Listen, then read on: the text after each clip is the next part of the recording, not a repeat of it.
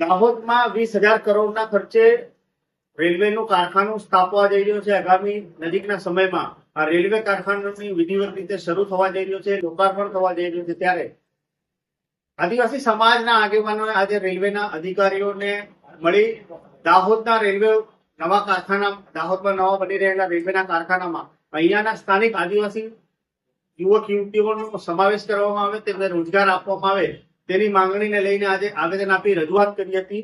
આ મામલે શું કેવું હતું આદિવાસી સમાજના આગેવાનો, જોઈશું આ રિપોર્ટ. જોહાર, જય આદિવાસી. દાહોદના અંદર હાલમાં અમે દાહોદના તમામ આદિવાસી સમાજના લોકો તેમજ દાહોદની જનતા અહીંયા રેલવે કારખાને મુકામે પહોંચ્યા છે. કેમ કે જ્યારે પીએમ નરેન્દ્ર મોદી સાહેબ દાહોદના અંદર આવ્યા હતા ત્યારે આદિવાસી સંમેલન હતું. એ સંમેલનની અંદર એમણે કીધું હતું કે 20,000 કરોડનો કારખાનું દાહોદની જનતા અને દાહોદના આદિવાસીઓને ભેટમાં આપું છું. ત્યારે અમે કહેવા માંગીએ છીએ કે દાહોદના જેટલા બી શિક્ષિત બેરોજગાર લોકો છે એમણે આ જે સિમેન્ટ્સ કંપની આવેલી છે, સિમેન્ટ્સ કંપનીના અંદર શિક્ષિત બેરોજગાર લોકોને નોકરી પર લેવામાં આવે, અહીંના સ્થાનિક લોકોને નોકરી પર લેવામાં આવે. એના માટે આજે અમે અહીંયા આવેદનપત્ર આપ્યું છે અને અમે કહેવા માંગીએ છીએ કે જો નોકરી પર લેવામાં નહીં આવે તો અમે ગાંધી સિંધિયા માર્ગે રેલ રોકો આંદોલન પણ કરીશું. આજે અમે 400-500 જણ આવ્યા છે.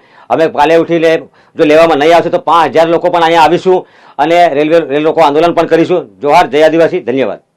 અત્રે ઉલ્લેખનીય છે કે 20 એપ્રિલ 2022 ના રોજ દાહોદમાં આદિવાસી સમાજનું સંમેલન હતું, જેમાં વડાપ્રધાન નરેન્દ્ર મોદીએ દાહોદથી 20,000 કરોડના આ રેલવે પ્રોડક્શન યુનિટ એટલે કે રેલવે કારખાનાને શિલાન્યાસ કર્યો હતો અને આગામી 2 વર્ષમાં પૂર્ણ કરવાની વાયદો કર્યો હતો. હવે આ રેલવે કારખાનું પૂર્ણ થવા જઈ રહ્યું છે અને આગામી સમયમાં જયારે આ રેલવેનું કારખાનું વિધિવત રીતે શરૂ થશે, અહીંયા જે રોજગારનો અહીંયા જે કામ કરવા આવનાર વર્કરો છે તેમાં મોટા ભાગના લોકો આદિવાસી સમાજના હોય, અહીંયાના સ્થાનિક આદિવાસી સમાજના યુવક યુવતીઓ જેમને રોજગાર મળે તે માટે હવે આદિવાસી સમાજના આગેવાનો માંગ કરી રહ્યા છે. હવે આવનારા સમયમાં જયારે આ રેલવે કારખાનાનું લોકાર્પણ થશે ત્યારે આદિવાસી સમાજના આગેવાન જે વિદ્યાર્થીઓ છે, યુવક યુવતીઓ છે તેમને રોજગાર મળે તે માટે હવે જોવું રહ્યું. ધન્યવાદ.